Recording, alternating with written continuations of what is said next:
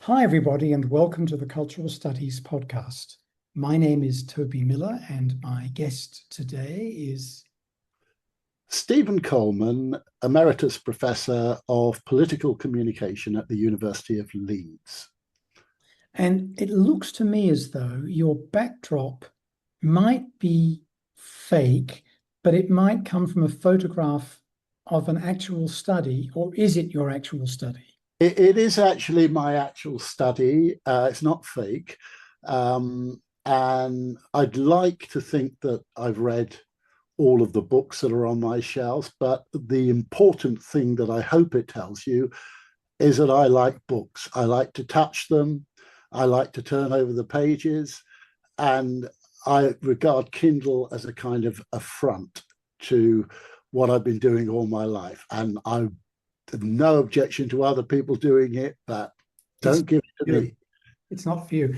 My backdrop is fake, as you can probably tell. It's the Mediterranean, which is quite a long way from the central west of Mexico. But I take your point about books. My 11-year-old daughter adopts the same perspective. She likes big, fat hardbacks. Yeah, She yeah, even yeah, wants up with paperbacks. All yeah. this It's modern funny. book. It's funny you say that, Toby. I am reading for the first time ever, and I read a lot of novels, but I'm reading Anna Karenina for the first time Uh, uh, at this late point in my life. And I would say that one of the three pleasures of reading it is how many pages I've got in front of me as I read it. Now, that could you could have the opposite effect. You could think that, I'm 80 pages into an 800-page book of crap, but I don't feel that about Tolstoy. And I'm having such pleasure. I remember actually about 30 years ago having exactly the same feeling about Trollope novels, mhm. which are not fashionable, but I enjoyed them. And again, one of the things I enjoyed was the bulk. Well, they were at one point some of the most important novels about politics in Britain. The Palliser novels, yeah, Yeah. and I think they still are. I mean, I think if you want, if your interest in politics is a bit like my interest in politics, which is a sense that there's a performance going on which we don't quite understand, and the people involved probably don't quite understand. I think you get from Trollope that sense of the indeterminacy of the performance. Mm. Um, when he writes about the House of Commons, he's great. The one awful thing about Trollope in all of his novels is he always has a scene about hunting.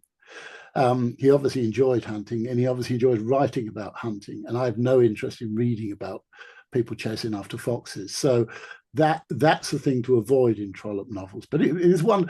I mean, I regard my relationship with writers is with their voices. And because we can't hear their voice, we have more of a relationship because we can imagine them. And I have this sense of Trollope talking to me that that that is very unique and comforting. Well, that's a wonderful intro. And now I'd like to pose to you the question I put to everybody who is on the podcast, which is to inquire as to what's currently, and maybe you've already implicitly answered some of this, Tolstoy. What's currently dynamizing, impeding, preoccupying, interesting you? Okay. Well, I mean, the preamble is Tolstoy is a distraction. That's what I take to bed when I stop thinking about the things you've just asked me. But what I think is this.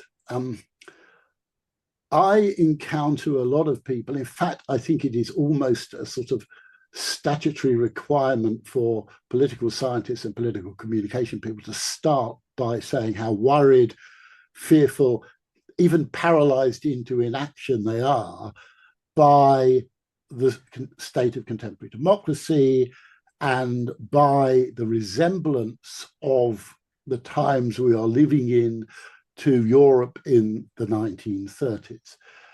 And all of that is true, but I am not worried, fearful, and paralyzed. I find this a very I am interested in broken things, and I think that where we have a political system that just doesn't work, there is an enormous scope for the human imagination to think about what a political system might be. And that's what really excites me.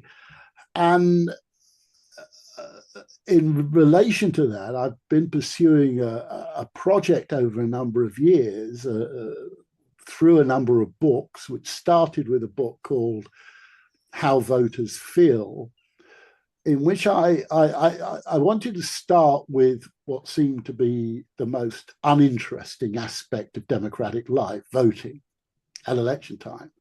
And I wanted to find out what it means to people. What do they think when they go and do it? Why do some people say that they would die to defend it?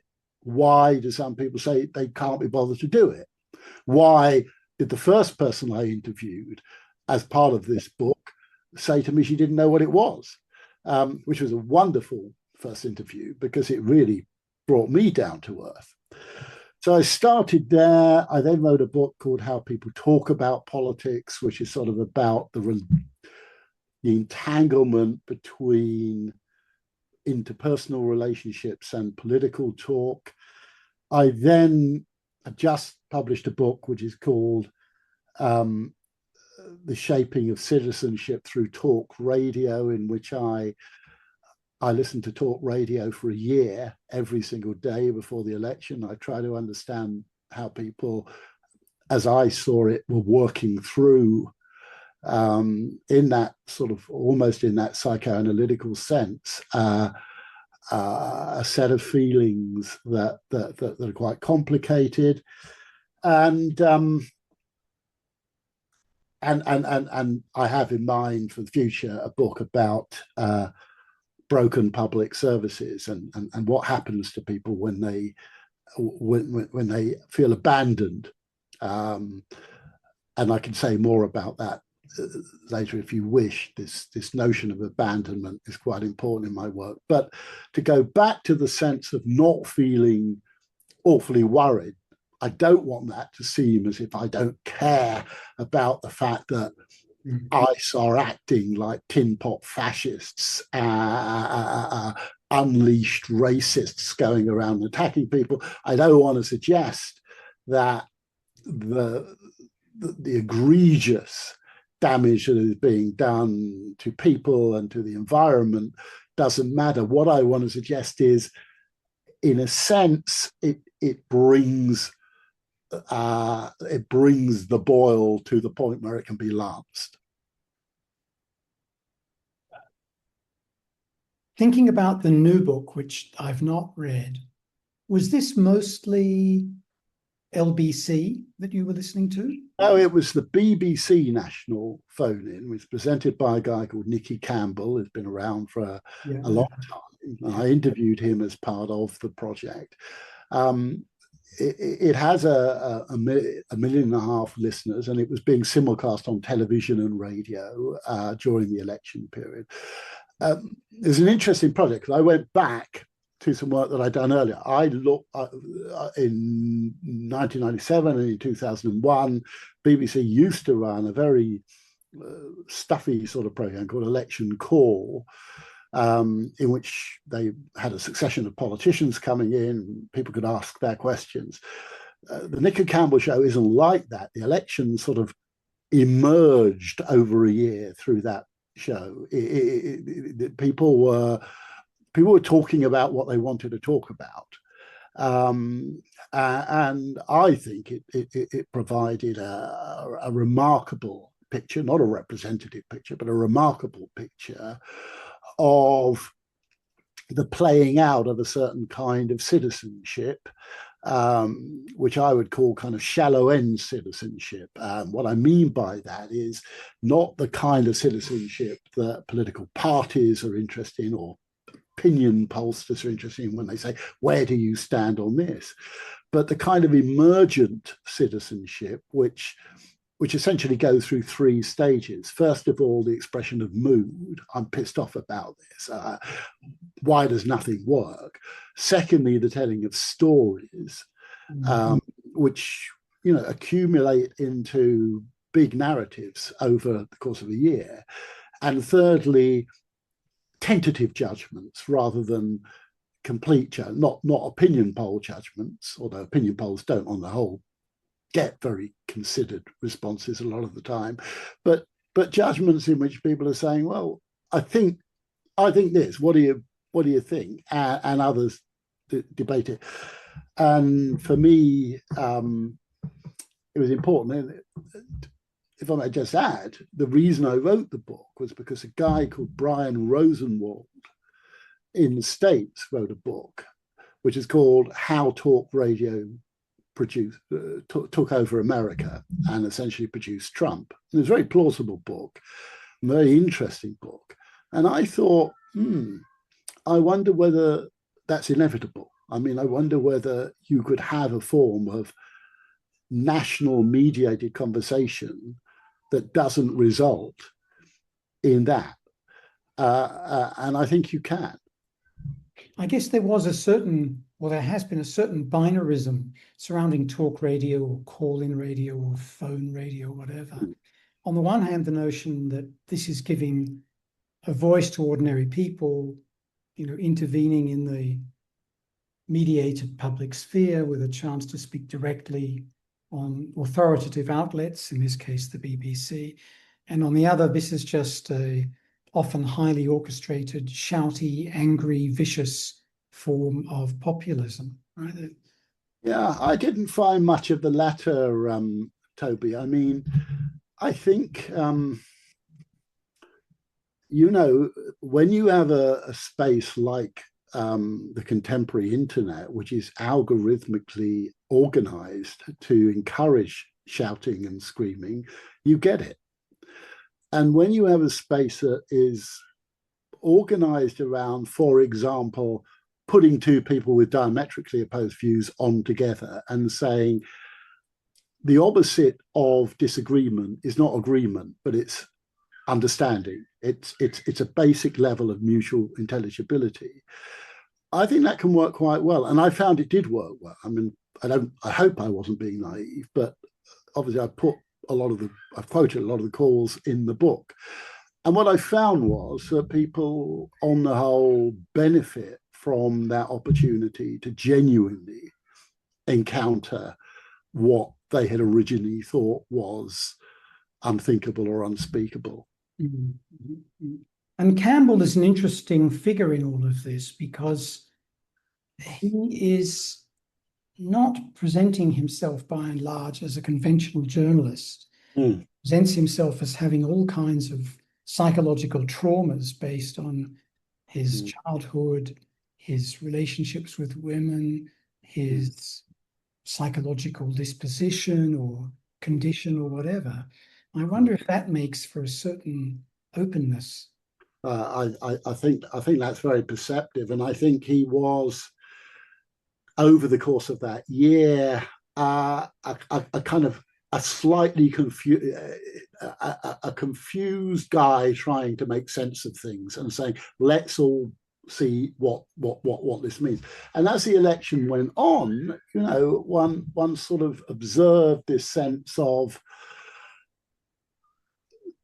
it is all too much to make sense of, and yet it is all too important not to make sense of. And I think both he and the callers were doing that. And partly I wrote the book because I wanted to be able to say that can happen. I mean, obviously, I didn't want to imagine it can happen in order to write the book. I wanted evidence. And I think I've produced evidence which suggests that people like having reasonable conversations, but you need a very specific institutional model in order to sustain that. And a person. I think you're quite right about him. And referring to that election, for listeners not familiar with it, it's mm, an election that was a triumph for the Labour Party, mm, not in the sense of its overall popularity, but in the sense of the number of seats that it won. yeah, Bastards like Blair and Campbell, of course, jump up and down and make fun of Corbyn over this. Well, who won more votes, Corbyn in 2019 or Starmer in 2024? But the difference was where they were won. mm, Right? yeah, yeah. So No, I mean, this was not like 1945 or 1979. This was uh, the massive disenchantment with the Conservative government, who were seen as being responsible for neoliberal policies that, in fact, most of the other parties supported. 1 in 2 people didn't vote in that election, and the size of the majority had absolutely nothing to do with any kind of sense of enthusiasm. And that was what Starmer discovered after the election. And I have a chapter in the book about something that happened after the election, which were the riots around the incident in Southport where some children were killed by an individual who the far right tried originally to say was a refugee or migrant, but in fact had been born and brought up in this country. And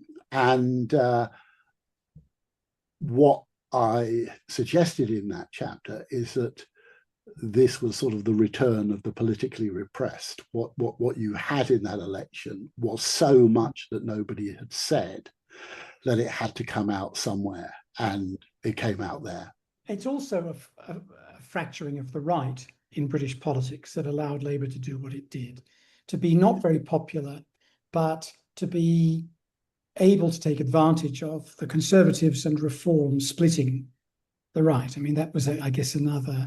Yeah, I mean, but it must raise again this spectre, and it goes back to what you were saying earlier about opportunities for transforming the polity.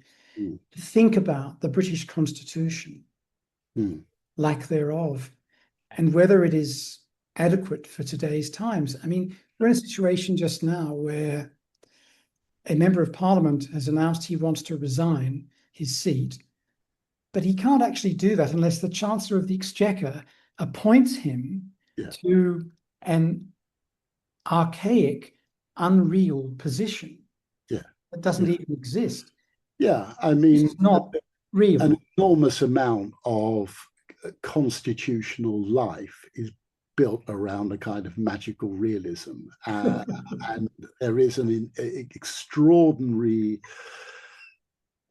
Insiders love it because it marks them off from everybody else, and outsiders are astonished by it and see it as making no sense. But it is indeed it is an opportunity, it seems to me. I mean, even for example, I mean, the splitting of the right is absolutely what happened, but it's also a question of perhaps rethinking the categories. I mean, what is right and what is left? What is far right and what is conventional right? There is a danger. I remember the danger back in the 1980s of seeing Thatcher as being the ultimate manifestation of evil. Well, she was to some extent, but what she wasn't was the only manifestation of political evil. And there is a kind of, and one of the problems that Democrats are facing in the States is that they have produced this, and he has produced himself, this demonic, unhinged monster. But, you know, fighting monsters is not really, fighting monsters is for children.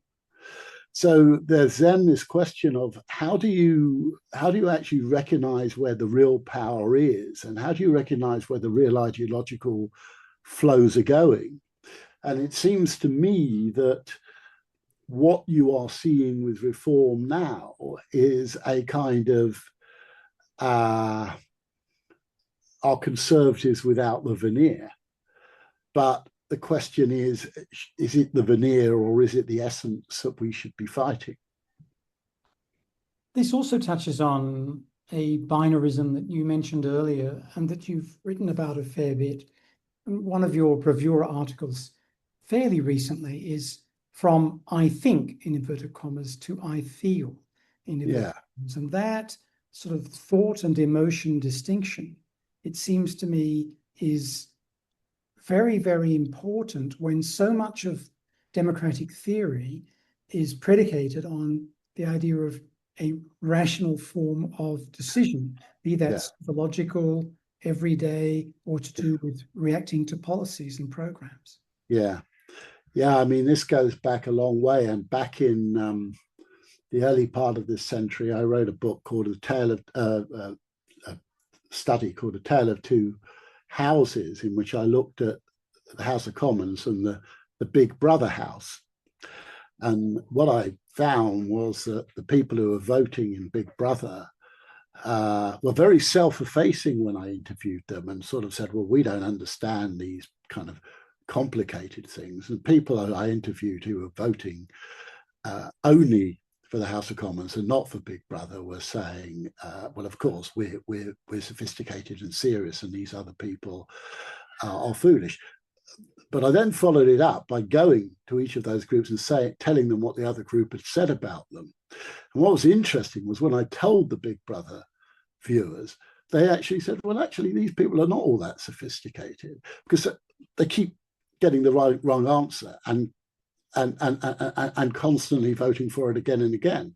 Whereas we're quite emotionally intelligent. We're pretty good at looking at people and working out how they tick. And so it seems to me that there is not only something important in democratic theory about recognizing the importance of affect, but there is also something important about recognizing why it is not recognized and why there is a sort of sneering notion that feelings are somehow insignificant. I remember presenting that study in the House of Commons to a number of very, very sneering MPs and said, well, do we want, one of them got up and said, do we want people making decisions based on their feelings? And I said, but all of the most important decisions I've ever made in my life are based on feelings. I mean, subsequently, I've thought about them, and sometimes I've confirmed the feelings, and sometimes I've worked out that the feelings were taking me in the wrong direction. But it is in the nature of a human society to feel things, and it is preposterous, actually, to think that that should ever be questioned. Then, of course, comes the question, well, if all you are doing is playing on people's feelings, people have to become very literate about defending those feelings against manipulation. But it is not a question of saying, remove those feelings. Anna Karenina cannot be in love. She must only make a rational calculus. It is a question of saying, think through your feelings and make sure that they contain the kind of integrity that you would want them to. Hence, these people on these massive marches to London from across the country in what looks to me like English fascism, saying, I'm not racist and I don't believe in fascism, but I'm not listened to and I'm worried about the impact of immigration on my life. Well, it's an insurgency of the disrespected, and it can't be ignored, but it's a question of how you don't ignore it. Keir Starmer, in making that appalling Island of Strangers speech, you could just imagine the group of sort of recent Oxbridge graduates sitting around writing that speech and thinking they just got it right in terms of appealing to reform voters. But people, it is reasonable and it is legitimate to say to people, your feelings are understandable, but what you do about them and how you manage them is something that you need help with. Yeah, one of the things for listeners to note is that this resonated with a Theresa May remark some years ago about Citizens from Nowhere, which has a sterling anti-Semitic aspect to it.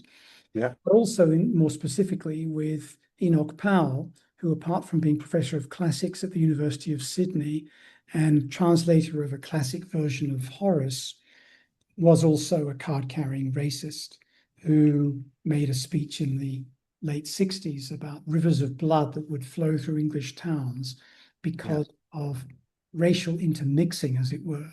Now, Starmer is an idiot. I went to his first hustings when he was standing to be a candidate because I lived in the constituency. And what I saw was a person who was either idiotic or ignorant. And I now realize he's actually both. But apart from that, as you say, he probably didn't really stand a chance because he was A, advised by people similarly ignorant and stupid, but B, because he was swept into power on the basis of a really weird cephalological anomaly and a dislike of the right, and without any analysis of what that was showing symptomatically. Yeah, right?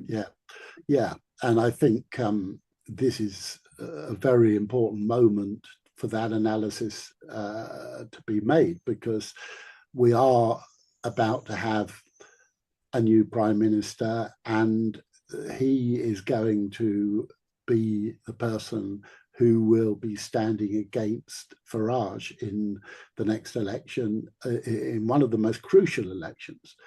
The question that I ask myself is how it is that politics became dominated by these people who are so not only out of touch with everyday experience, but out of touch with an emotional depth that, if you go back to the Greek agora, was fundamental to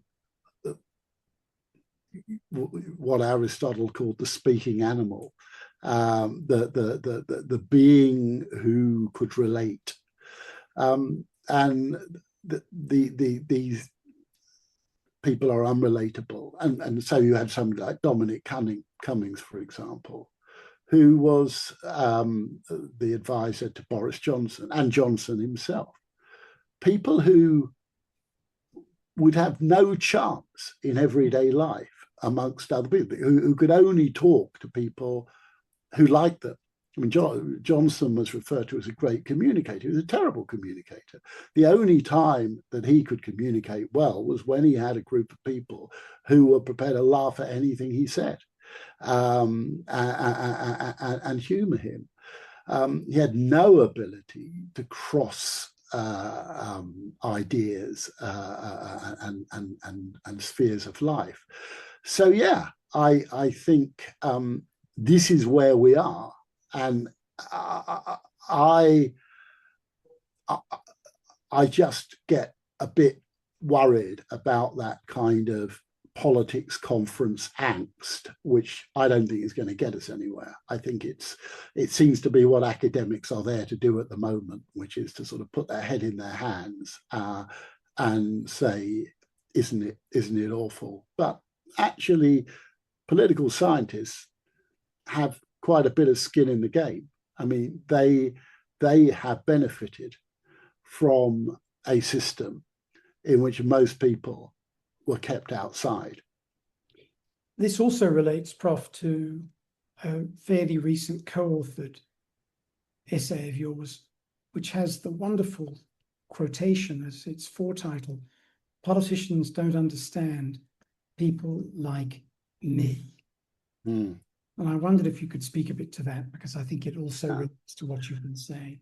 Yeah, well, this particular study was based on a number of focus groups, although I hate the term focus group because focus groups as a method seems to me, on most occasions, conducted by people who have decided what they want people to say and have and then come out and find that they happen to have said it.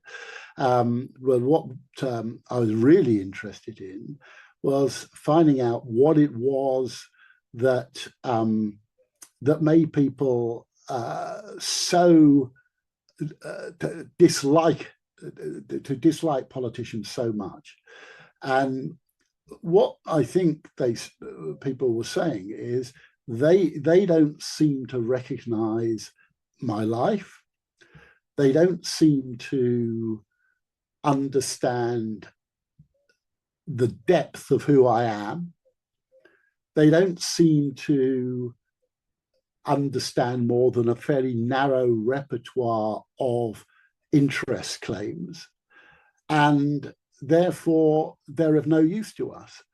And one of the problems that has occurred with the decline of the welfare state is that people don't have any reason to like or to need politicians. I mean, from the late 1940s through to the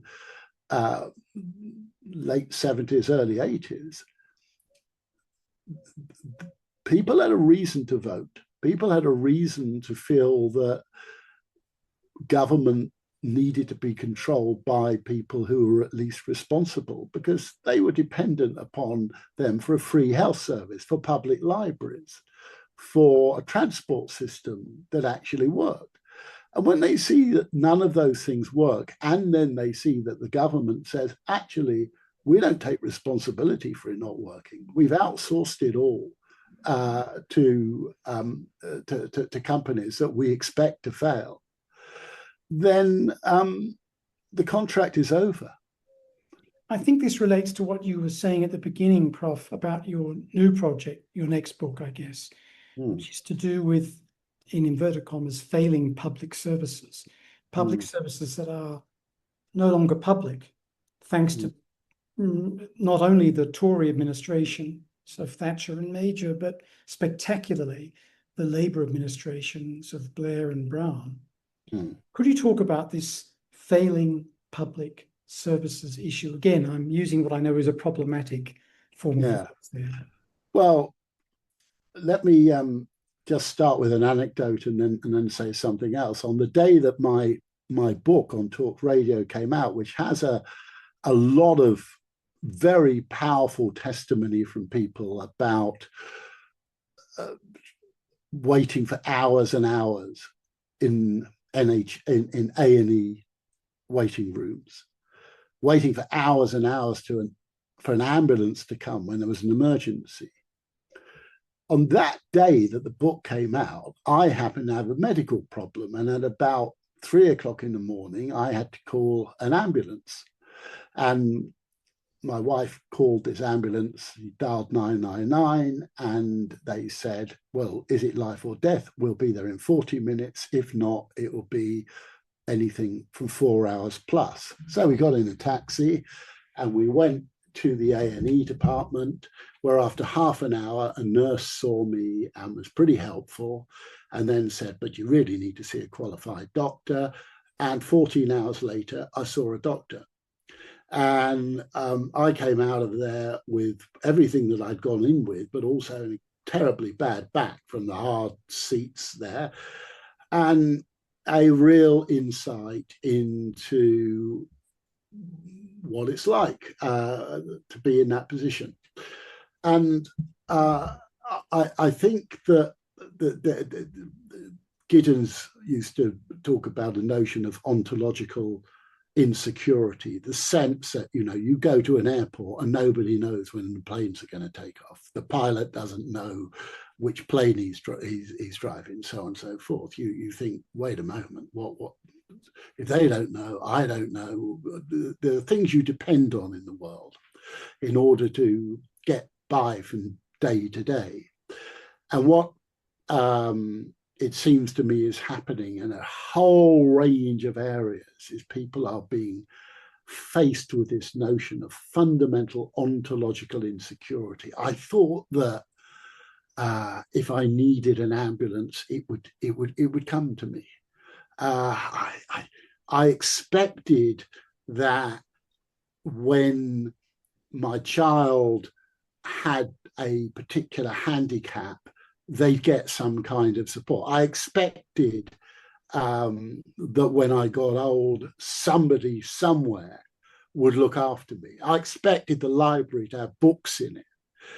And abandonment is a very, very interesting concept from the point of view of cultural studies that we're both interested in, because we tend very often to look at attachment, but very often maybe it's almost too painful even for us to think too much about abandonment.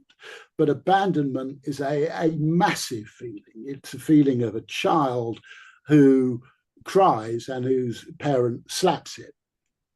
And that is the feeling, and then this goes back to the march that you were talking about, the people who are marching down to London.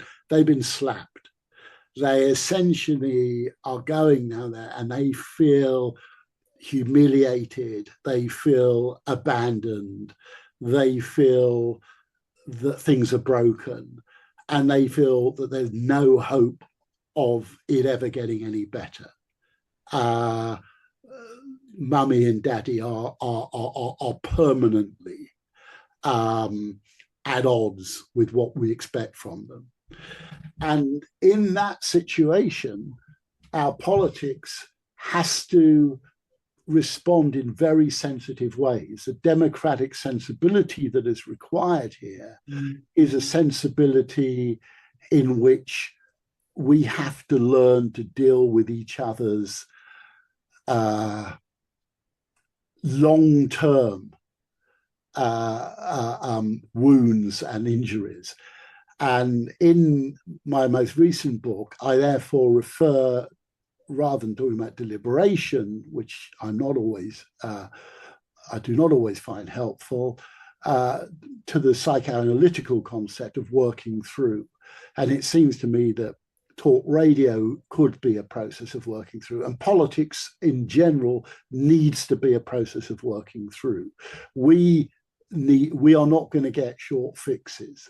We need to talk to each other. We need to listen to what is painful, and we need to recognize that we might go away from a number of conversations simply not liking each other, but perhaps growing a little bit more used to each other. So this isn't so much the Habermasian ideal communicative speech act situation. It's a bit closer to Chantal Mouffe's idea of agonistics, but agonistics done in a way that doesn't mean you have no place in the world. No, it means the recognition that every person needs, that there is something they can say and something that they can do, which we refer to as agency, that will make a difference. And what is interesting is that there is a temporal aspect to this, that if this happens to you once or twice, for example, I went a few days ago to a place and I tried to operate the parking slot machine and I couldn't work out how to do it because I'm stupid. That is not the basis for me feeling traumatized and lost.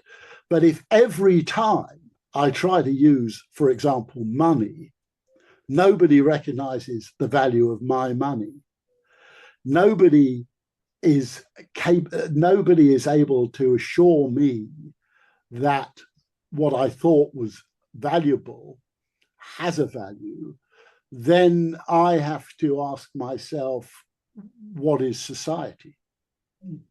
Mm. This also relates, I think, to a piece you published a few years ago, a manifesto for communication studies.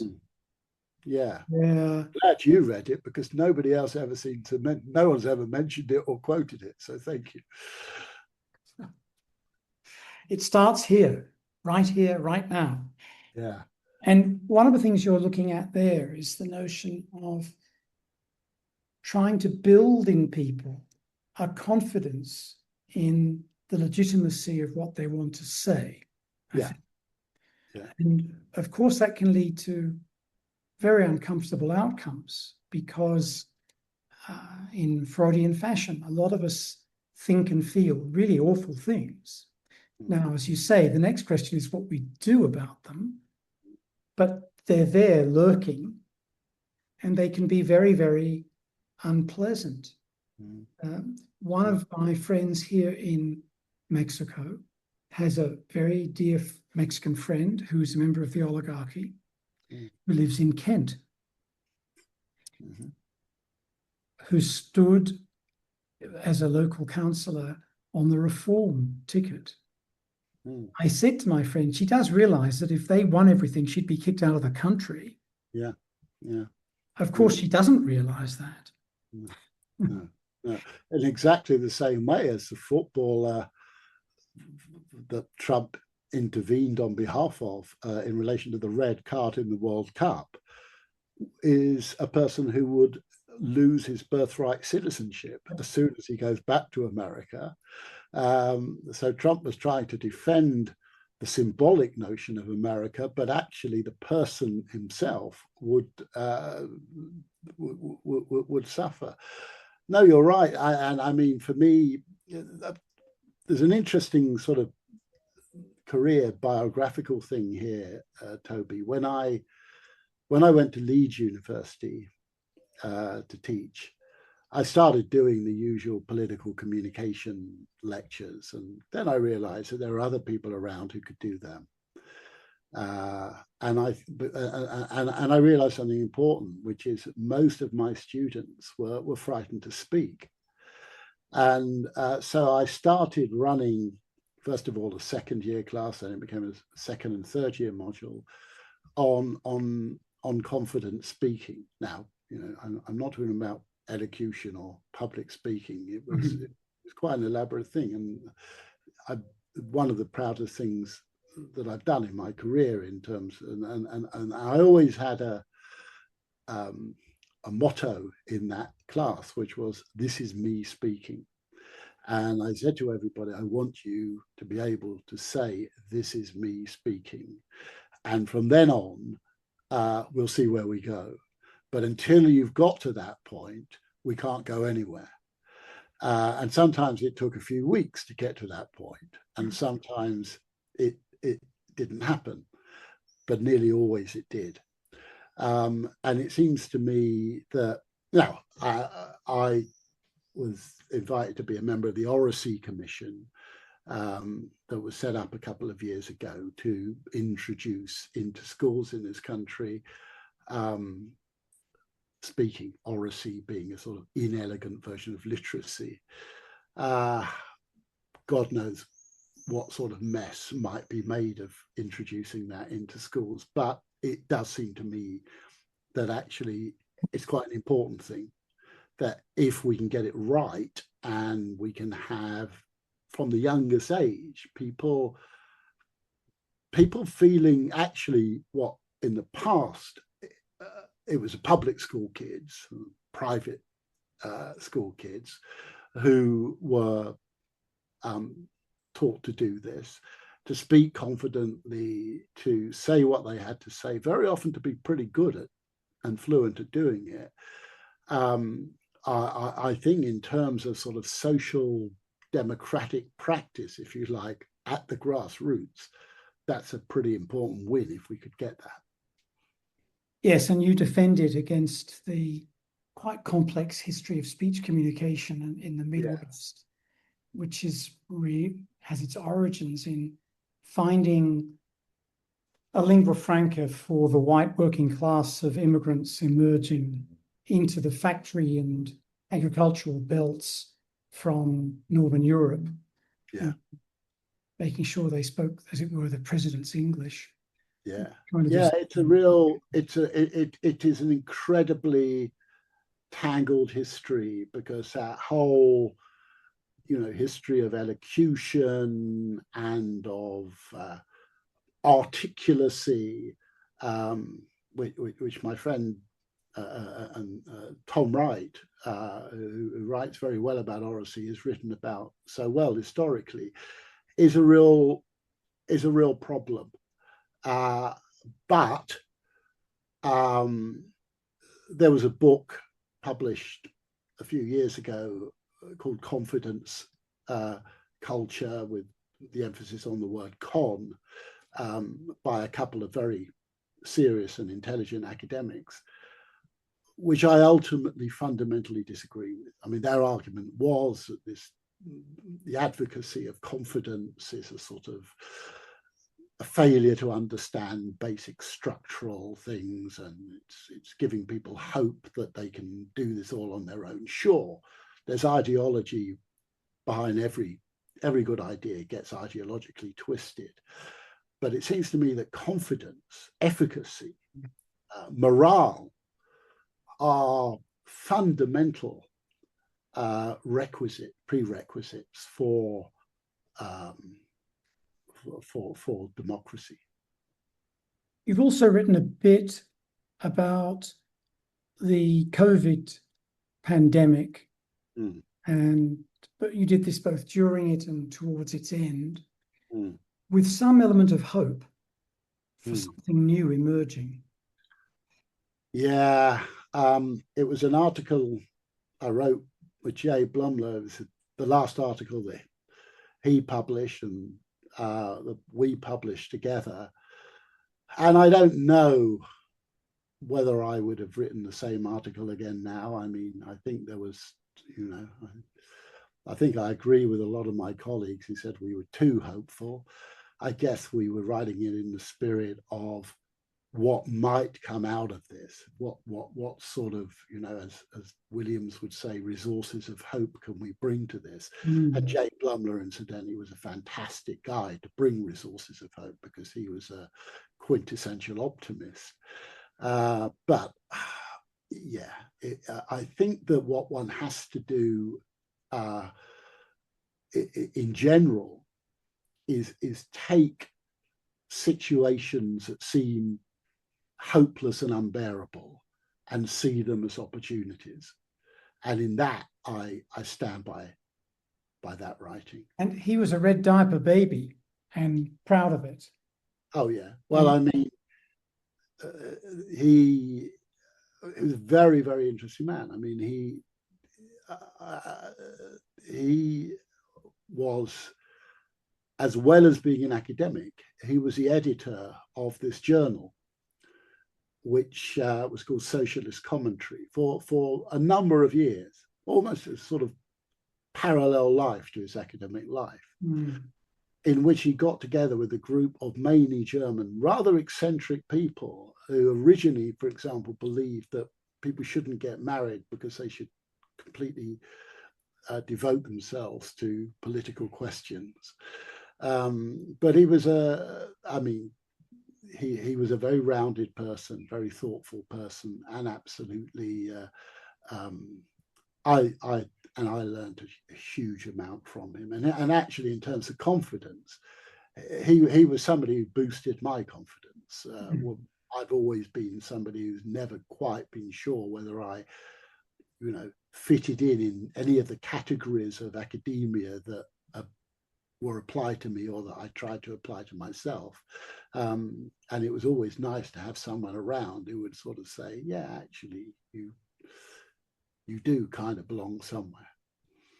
That somewhat relates, Prof, to my last question.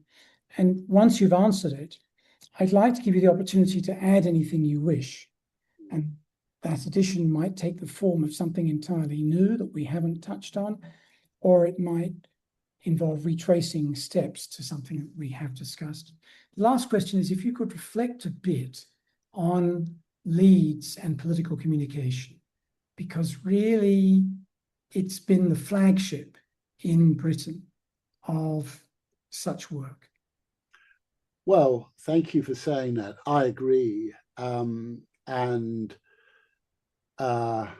it had a patchy history. I mean, Jay was there, the Centre for Television Studies. Then he retired. in, I think, 1989. And then for a period, it wasn't doing any of that. It was mainly working on kind of propaganda studies, and rather odd propaganda studies, in which I think they misunderstood the idea of what propaganda was. And then he came back, particularly when I joined Leeds in 2006. And one of our projects was really to try to build a place in which this kind of normativity that we were both committed to would be something that we could unashamedly do. Because there was so much around political communication that was not empirical, there's nothing wrong with that, but empiricist. And we wanted to say democratic citizenship is important, and Jay and I had different political ideas about what that meant, but we were absolutely committed to the fact that it was important. And I think it's very important to me, now that I have retired as Professor of Political Communication there, that people are still doing that, and I think they are, but time will tell. And I'd like more to be doing this kind of work. I would like to see political communication studies grasp the normative nettle and accept what has always been absolutely obvious to me, which is, were it not for the fact that we are interested in a distinction between what is socially good and what is socially bad, why the bloody hell would we be looking at any of this? I mean, why study it? Why study it? I mean, why not just go and join? I mean, if you want to be a political junkie, go and become one of those advisors or whatever else you might want to do. But the idea that academia should be a sort of peripheral sounding board for this obsolete set of traditions is a real problem. And if we have to be imaginative and open to reinvention, and indeed committed to reinvention, or else I don't know why we're doing it. And finally, Prof, to bring things to a conclusion, anything you wish to add? Well, I would like to say I've really enjoyed this conversation and your line of questioning, and I don't say that in any sort of hollow sense. I found the conversations that are the best ones in my life are the ones where I remind myself of things that I think, and who have helped me to do that. I've always said that I've learned more listening to myself speaking than from anywhere else, largely because I have a very bad memory. And each time I say something that is remotely intelligent, I am so surprised and impressed that I find it very enjoyable. However, I think less facetiously, what I would like to say is that we are at a point, I mean, all my life we've been, at a point of crisis. I remember a Trotskyist saying to me back in the 1970s, capitalism is facing yet another terminal crisis. Well, I don't know whether, I don't say this is a terminal crisis, but if crisis is what motivates you, then now is the moment to be motivated. And I think, after a long time of saying, is it, isn't it, how big a crisis, is it that kind of crisis or the other kind of crisis, what we have got here is the kind of crisis that you can smell, touch, and feel from the moment you get up in the morning. And from that point of view, it is pretty important that we get it right. Well said, well put. Thanks again for being with us. It's been great. Thanks, Toby. I've enjoyed